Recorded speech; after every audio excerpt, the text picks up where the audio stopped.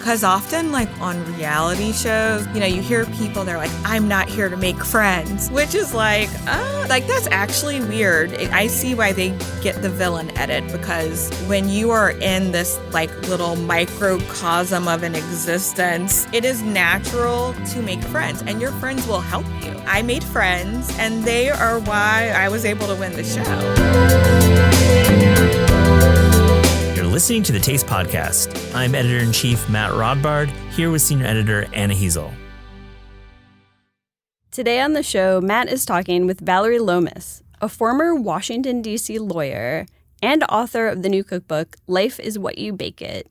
She also competed on and won the Great American Baking Show in Season 3. So Matt, what's new in the world of Vallery Lomas? I love the way Vallery writes a recipe. I love the way that she writes her blog, Foodie in New York, and I love her Instagram personality, but mostly I like hanging out with her. I met her a few years ago in Santa Fe, and we've caught up a few times over the years and finally had her on the show. We talk a little bit about her season on the Great American Baking Show, a season that never actually aired because of the many allegations made against a former judge. We also talk about her answering some of the baking world's biggest questions.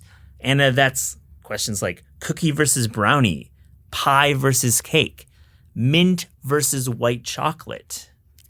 I vote all of them. All of them? You don't have an opinion? Mint versus white chocolate? I want them all. All right. Fair enough. Here's Matt talking with Vallery Lomas. And make sure to visit tastecooking.com for our latest stories, fresh recipes, and to sign up for our newsletters, which drop on Monday, Wednesday, and Friday.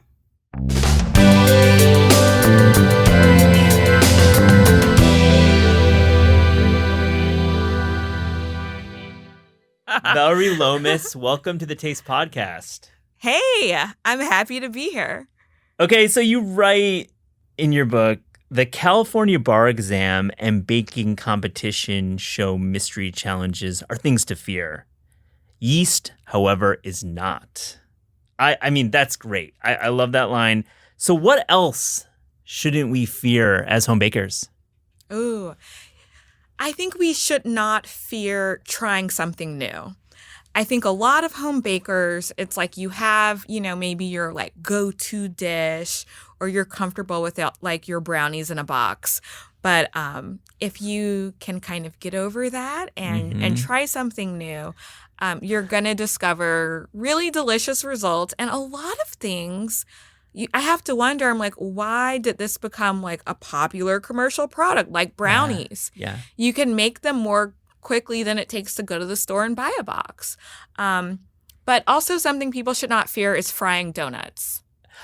Okay, so you took on frying donuts, you took on making bagels, you took on ham pies. So like this isn't like a cookie book, this isn't a pie book. You've taken on all of these things that I think are hard as a home baker, but they're not, you're saying. Yeah, I mean, I thought they were hard too. Until I was like faced with a literal challenge, like a television show saying, this is the challenge, make donuts. And that's when I decided, okay, I have to do it, because the donut challenge was week 2. I was like, I'm not going to go home week 2. Like, that's too early in the season. Gotta figure out how to make donuts. But once I did, it was like, oh. And I feel like with baking, the more you do it, the more comfortable you're going to be doing it. And you'll see that, the things like yeast, or like maybe a custard that you cook over the stovetop. Those are things that I think people kind of shrink up about, and they're like, oh, well, I'm gonna skip that recipe. You see double boiler and you're like, oh, no, skip. Next. But, if you actually just go in and try, and, it's like, what's the worst that's gonna happen?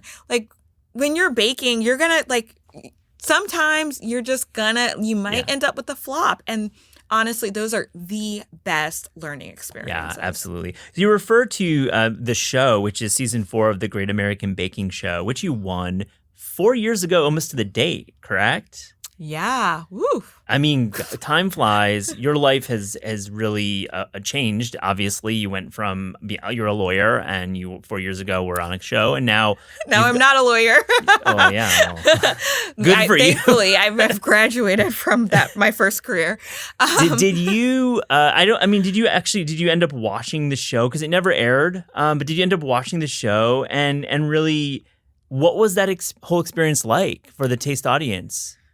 Yeah, so it was funny because the premiere aired and I had like 6 days, and I think during that first like week before the show got canceled because of whatever bad things happened or alleged, I was like watching the show on repeat. Mm-hmm. And it was just kind of comforting because we had gone through such an insane, chaotic, crazy time filming the show. And it's like you just don't know what the other side of that is going to look like. And the other side is like the edited side that is, broadcast to literally millions of viewers at home. And seeing how it all came out and came together, I was just like, it's beautiful. And I was really proud of it. And I thought, everything looked great. We all looked great. And when the show ended up, getting nixed, yeah, it was really disappointing. Did I ever see the episodes? Eventually. I think it took maybe 5 months, 4 or 5 months. And then I was sent like a special super secret copy, with like my name right in the center of it in case it disappears and ends up on YouTube. And honestly, I didn't watch it for probably a year because I tried not to even think about it because it was something that was kind of painful to think about.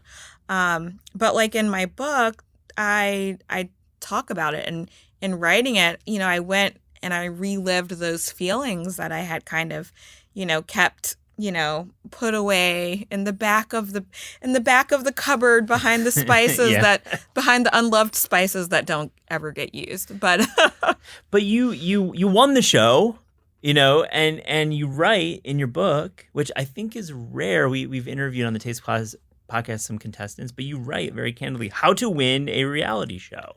I love that. I think that's a really great section in the book. So just tell us, how do you win a baking reality show? Yeah. In the book, I wanted there to be technique pages about, how to, whether it's how to fry donuts or just something that I felt like I had a little expertise in.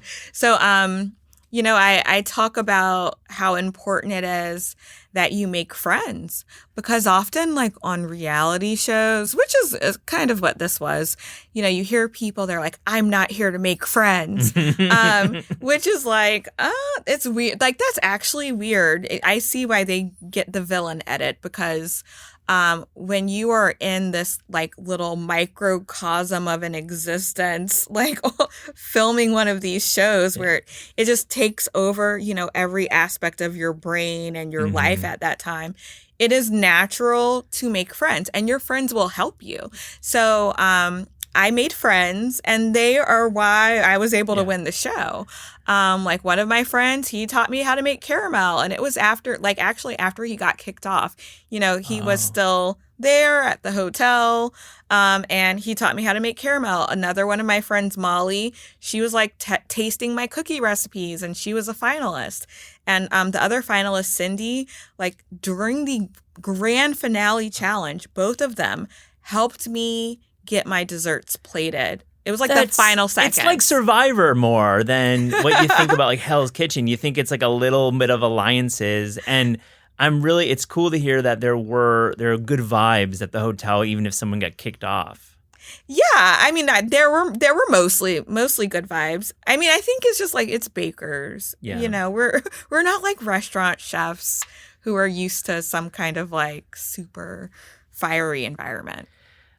Enough with the reality TV show stuff, because honestly, you are a cookbook author, you are a television personality, whatever the title may be. You transcend the contestant. I've been so impressed to get to know you and just get to see how you think. You've written a few articles for Taste. I really appreciate that. And I wanted to get into Life is What You Bake It, because I love that title. First off, like, shout out to that title. Really good title.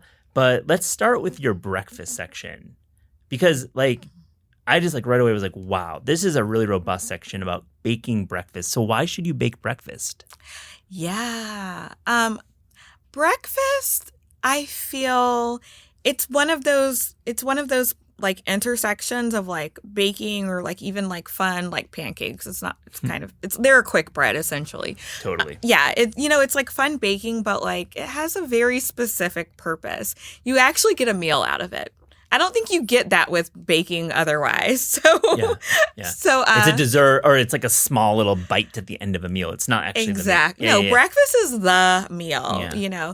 Whether it's French toast or like my blackberry oatmeal cake, which isn't really a cake at all, but it's cake-like. Yeah. I think that's why I'm always so drawn to breakfast recipes. Mm-hmm. And also for me, it really does remind me of like family, because it's weekends, it's holidays where you're lounging around with your family and you want to make a special breakfast. Do you have a go-to under 30 minutes? I need to make brunch. Let's go. What's that recipe? Ooh. I mean, pancakes are always like a winner. I have a quiche Lorraine in the book. Yes. And that could definitely be like super quick. You can have it for dinner, you can have it for lunch, you can have it for brunch. Super versatile, super quick. I love that. I've done quiche Lorraine quickly. Not as pretty for me, but I think it's a crowd pleaser. It's not too sweet. It definitely feels like a real hearty meal. Good one. Let's pivot to chocolate chip cookies, because I feel like this is an everlasting topic that we should always cover on the podcast, because it's probably one of the most popular recipes. So you write, a good chocolate chip cookie isn't just about taste, it's about texture. So tell us, how do you get great texture for a chocolate chip cookie? Honestly, I think there are two things that will give you good texture. One is making sure that your cookie dough is cold when it goes into the oven. Yeah. And another thing is kind of like a bonus, because your dough must be cold. That's like not so negotiable. But the bonus is aging your dough, which just means you put the dough in the refrigerator for like 30 minutes or up to a few days. And when you do that, all of that flour has a chance to hydrate. Mm-hmm. And you get better browning, more even browning, more like it just makes everything tastier. So I think for those are the two most important things about cookie texture. Really smart. And what about the chocolate chip of choice for you? Yeah, my chocolate chip of choice is not a chip at all. Oh, right on. You're team bar. Yeah, I'm team bar. So look, I love to travel, and whenever I travel or just, I don't know, go to a store where there's nice chocolate for sale, it can be the grocery store. I don't know, I just collect like good bars of chocolate. So when I'm making my chocolate chunk cookies, yes, you can use chocolate chips. But if you really want to impress, just take a few of like your favorite good quality chocolate bars. It's going to make a world of difference. Yeah. And like, if it calls for 8 ounces, use 2 different bars. For sure. Like, I think it's a great way to clear out some of the bars that you may have lingering in the back. Not that I have that problem because I eat my bars, but I love that. You're right. Like, who has chocolate bars laying around? I do, but my mom, if she were around, they would be gone. But I like using different ones. It actually just makes the cookie a little bit more interesting. Like you might have one bar that's like 70% cocoa, and then one, that's, I don't know, 62%. It's just gonna like give taste buds just a little bit more to like, I don't know, it just makes your brain go off a little bit more. A couple years ago, we had an in-conversation on taste between you and Ruby Tando, and I thought that was I was on the Zoom when you were both talking, and we will put the link in the show notes to that great conversation. And Ruby, is also a cookbook author who had a history of working in television and doing a competition. Have you stayed in touch with Ruby? Are you like talking about working on a project together? I'd love to see it. I'm just like trying to like I will it? love what you're out here manifesting. I'm trying to manifest. That's a great word. Written for taste, and I really respect. Yeah, no, Ruby, she's amazing. She's so talented and she's so generous. And she actually, she reviewed my book in advance and wrote a blurb. So, if you want to see her thoughts on it, you can check out the book. They're also on Amazon where the reviews are. And, and she's got a book coming out this fall. It's coming out actually next month. Mm-hmm. I'm super excited to read it. It looks amazing. But yeah, she's someone that, I think a lot of us just look up to because, first of all, she's just cool. But she's also she's so cool. She's cool. Yeah, she's got that cool factor. She's rad.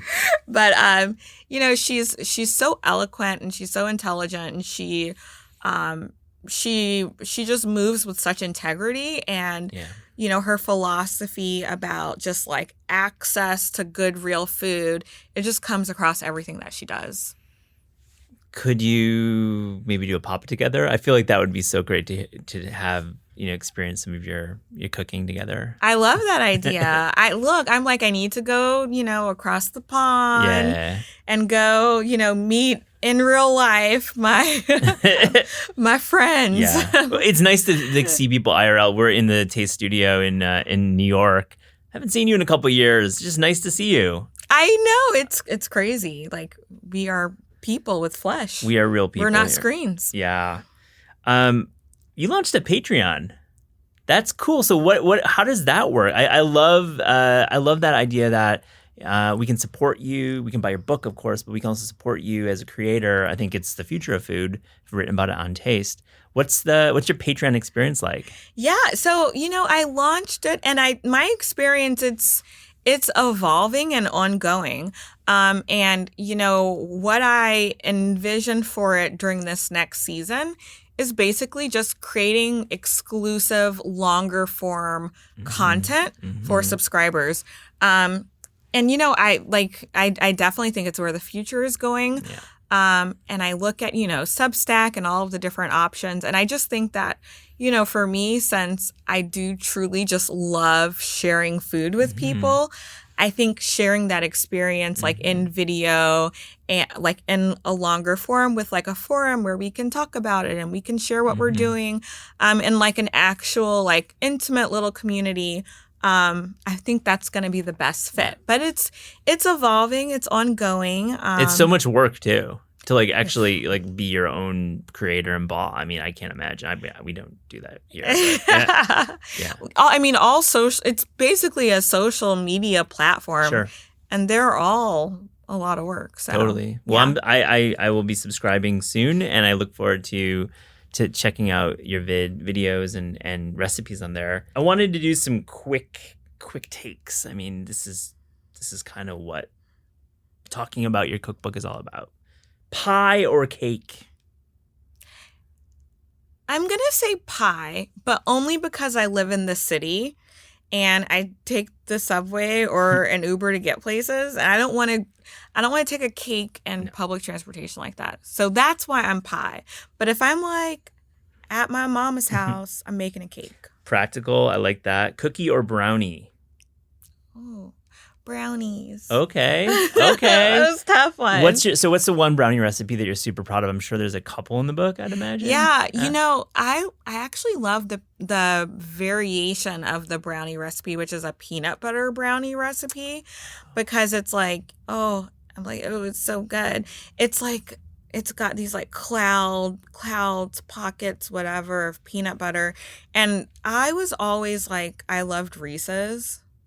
Shout. Yeah, of course. Yeah. I also just loved peanut butter. I would go home after school and take a spoon and put it in the peanut butter jar. Yeah. So I think that's why I like them. Last one, quickie. Chocolate mint or white chocolate? Chocolate mint. I think white chocolate always needs to be white chocolate and. Right. Chocolate. I don't think it can exist on its own. Is it chocolate? I always feel like no, it's not really, but it's got the qualities. I like white chocolate as a vehicle, whether it's for flavor or texture, because it gives you that mouthfeel, melty smoothness. We ask all of our guests on the Taste Podcast if there was a dream book project in your future without a budget, without time holding you back. What would that book be?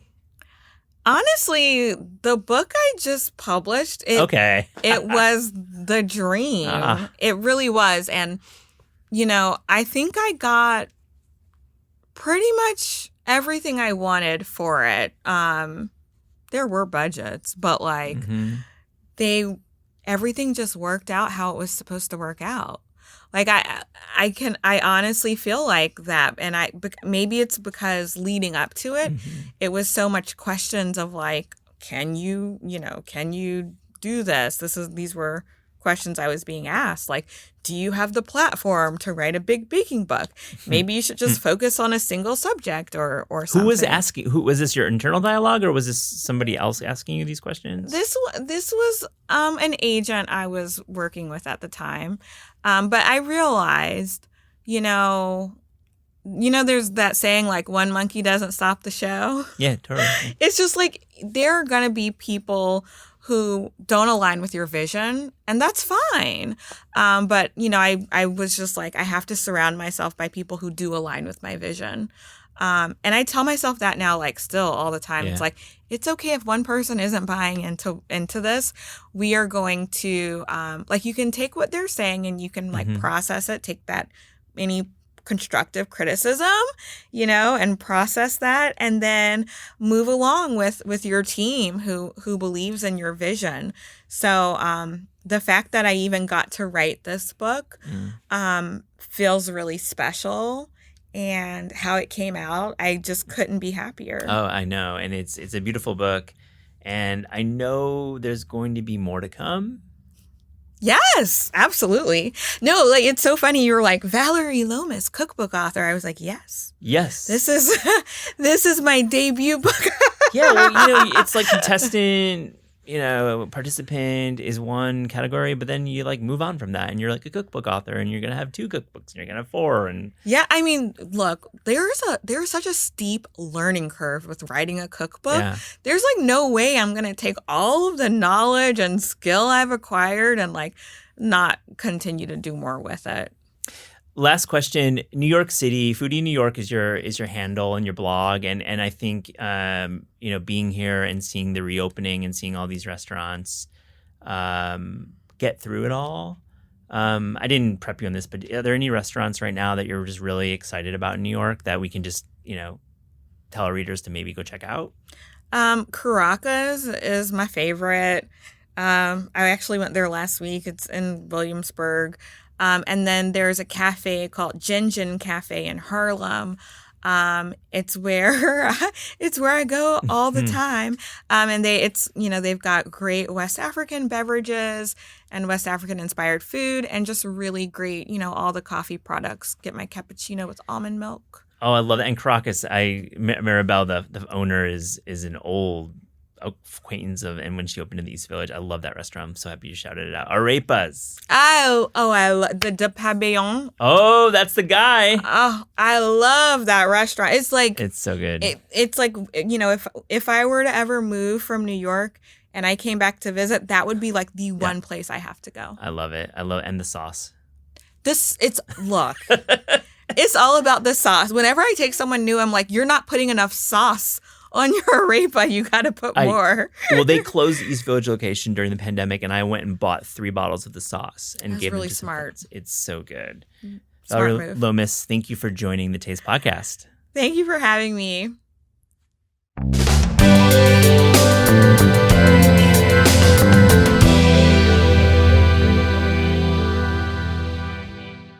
I wanted to take a few minutes to sit down with Matt and grill him on a topic that he's kind of famous around the office for just being totally obsessed with.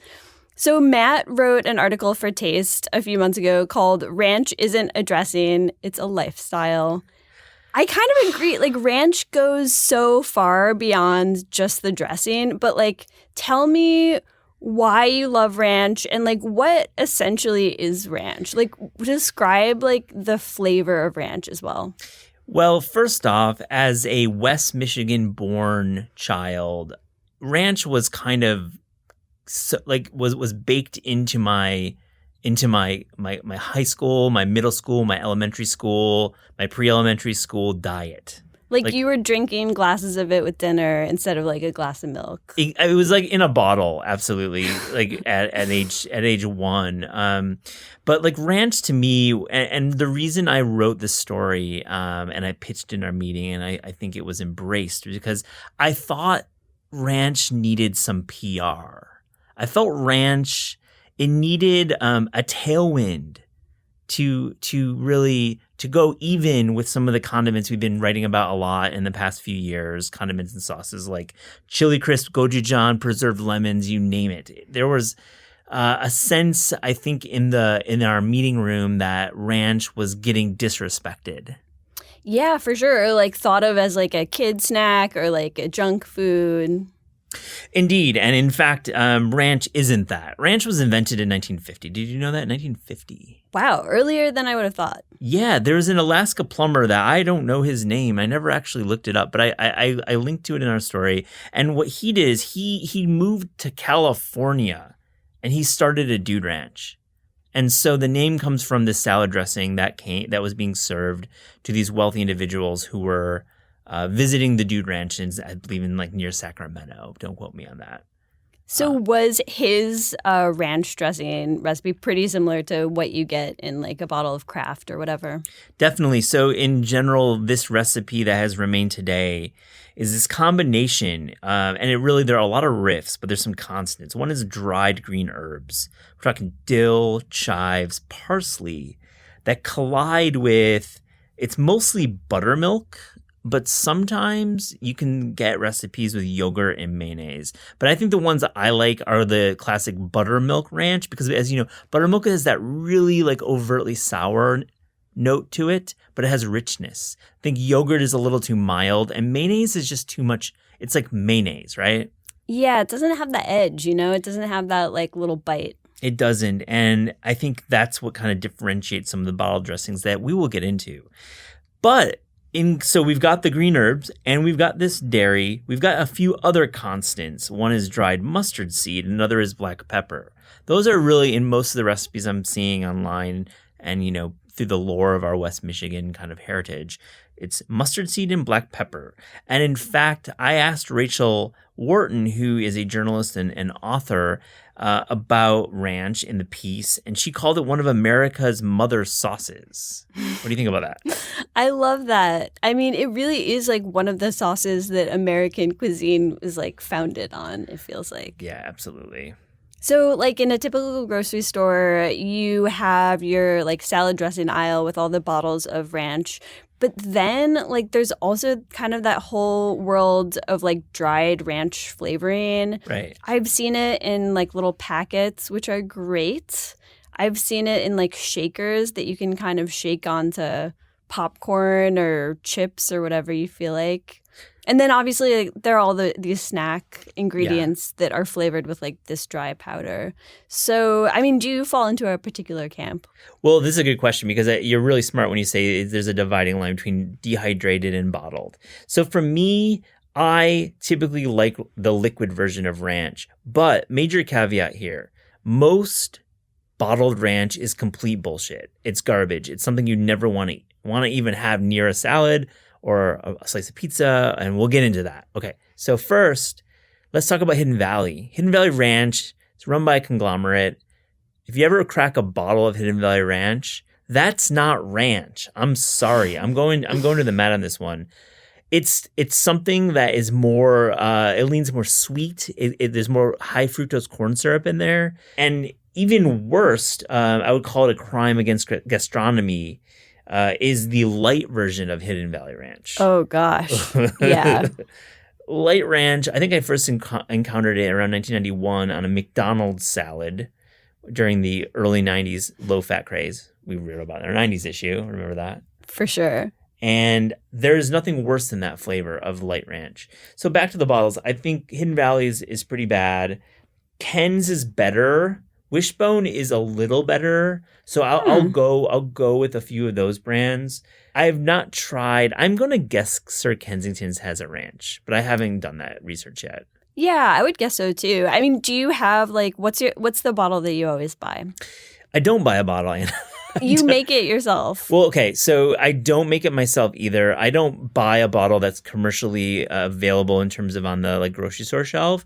I buy a bottle that is sold at my favorite Detroit, Michigan pizza pizzeria. I've heard tales of this. Absolutely. But going back quickly, I wanted to talk about this dehydrated powder because you are more of a fan of that. And I want to hear your take on the dehydrated packets, how you can cook with them. You're on that camp, right? You're on that side. I love the dehydrated ranch flavoring. It's so good. I mean, it's like gross once you look at the ingredients because it's usually some kind of combination of dehydrated milk, citric acid, definitely MSG, like a little bit of sugar, and then like either dried herbs or like I feel like with Cool Ranch Doritos, like it's more like just like artificial green specks to make you feel like it's ranch. But I love the dried powdering.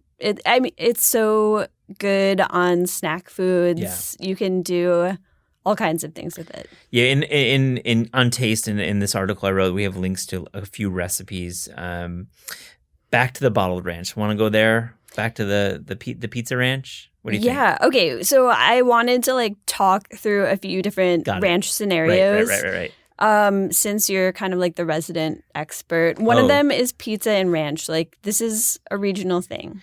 It is. We talked about this at length. We talked about this in our Slack rooms. Talked about this on Zoom. We talked about this in person. It's really interesting how ranch is served on pizza. It's not necessarily a United States of America thing. I've found that in Michigan, which is arguably home to the fast food pizza industry, with Domino's and Little Caesars being from the east side of the state, I've found the ranch on pizza there is almost like law. Like it is definitely like word is bond with that stuff. So for me, I there's two main chains I go to in Detroit. One is called Jets. One is called Buddies. I am Team Buddies personally. My 7-year-old nephew Isaac is Team Buddies. We both are on we have a United Buddies front. So when you order a pizza at Buddies, which is like the classic Detroit style pan pizza, there's freeka on the bottom, that like crispy cheese, there's great corner slices. You know, there's another day to talk about different regional pizzas here on the Taste Podcast. But really, when you order a Buddies pizza, you order a bottle of ranch dressing with it. I love that that's the unit, like one pizza plus one whole bottle of ranch. It comes with a little red top. You take the top off, you squeeze it, you buy it. It's like in the cooler section. So this ranch is cool because it's absolutely delicious. Like really, it's savory beyond savory. There's no hints of that weird sweet gummy flavor that you get in some of the bottles. It's really savory and salty, and it definitely has some of that onion powder and salt in it and MSG that I love. And of course, on pizza, I am like for this. I am like definitely a thumbs up when it comes to ranch on pizza. There's also something about dipping like something hot, like pizza, into ranch because it kind of has this cooling effect. I think that's why a lot of people are really into dipping their chicken wings into ranch, which to me is so sacrilegious. Like I'm from Buffalo, it's got to be blue cheese. But there are a lot of people who like wings and ranch. Really good point, Anna. So you are from Buffalo. You've made the statement, I believe, that it is a west of Buffalo, east of Buffalo ranch blue cheese kind of scenario. I think that must be the divide because, you know, none of us Western New Yorkers are dipping our wings in ranch. Lucas Sin is a chef in New York, and he's been featured on Taste a couple times, and he's a great guy and really like big brain when it comes to food and food science. I highly recommend the follow. So I interviewed him for the piece I wrote on ranch. And here's his quote. Ranch, in a lot of ways, is a perfect equalizer to the acidity and heat of hot sauce. Buffalo sauce and ranch is the most obvious pairing, but it can be fun when it's used in less obvious non-wing contexts. What might those contexts be, Anna? Well, Lucas has a recipe for ranch fried rice, I believe, that he made a video of for Food and Wine a few months back. Yeah, it's great. He is absolutely onto something with that ranch fried rice. And Nice Day Cafe, Nice Day Restaurant, that's one of his restaurants, Junzi Kitchen as well. He serves that from time to time. It's kind of genius and kind of terrifying. It is both, exactly. Speaking of kind of terrifying, this TikTok trend of ranch pickles. Have you tried it? I've tried to avoid it. That's what I'm going to say. I've tried to avoid it. The concept. You open up like one of those plastic quart containers of like dill pickle spears. It makes that sound like... That's not good. I'm sorry. I'm not a Foley artist. That's really bad, actually. And then you dump like a whole packet, sometimes 2 packets, of the dried ranch flavoring into the pickling liquid. What happens is that it turns like a really gross, like a green milk kind of appearance. Yes. Like a watery green milk. And then it sort of like infuses the pickles with ranch flavoring. It's good, but kind of disgusting at the same time. You've done it? I've had it at a friend's. You've had it at a party. Yeah, Tammy Teclamarium. Okay. Shout out to Tammy. She tried it out. I think that my thought is that it's a cool visual trick and it works great for TikTok. I think Vlasic is a great product. I would go with Vlasic for like more of like the industrial. I wouldn't go with like the fancy like Hudson, New York like pickles that cost like $14 for 6 spears. I would go with Vlasic. I think it's probably pretty good when you serve it with something. I'm not a big like pull out the spear snack on it guy. I don't know, but I'm into it. I'm into trying it. Okay. It's a good party trick, just if you want to keep people on their toes a little bit. I like that. Okay. Another recent ranch breakthrough I've had was so Doritos Cool Ranch. Classic, delicious, perfect snack. I recently in the grocery store saw a bag of Lay's that had like they were sort of like a limited edition crossover that were flavored like Doritos Cool Ranch, but they were just like straight up potato chips. Those were really good. So is this a rival to the blue bag of Doritos you're saying potentially from Lay's, from Team Lay's? I don't think it's really a rival, but it's more of just like a crossover fanfic type thing. I like the sour cream and onion Lay's. I mean, salt and vinegar is pretty good. I like using that for like a cutlet. For when I'm frying cutlets, I use salt and vinegar chips often then. Same, totally. It's the best. But I don't know about ranch Lay's, but you're into it, right? They're really good. Okay. Yeah, they're so salty, but they're so good. Nice. Another favorite ranch snack is firecrackers. Have you had firecrackers? I have when you made them and we did a photo shoot back in our Greenpoint, Brooklyn office, I recall. So the concept behind firecrackers, I wrote about it for Taste a year or so ago. The concept is you kind of like marinate a whole box of saltines in oil, like a combination sometimes of vegetable oil and olive oil.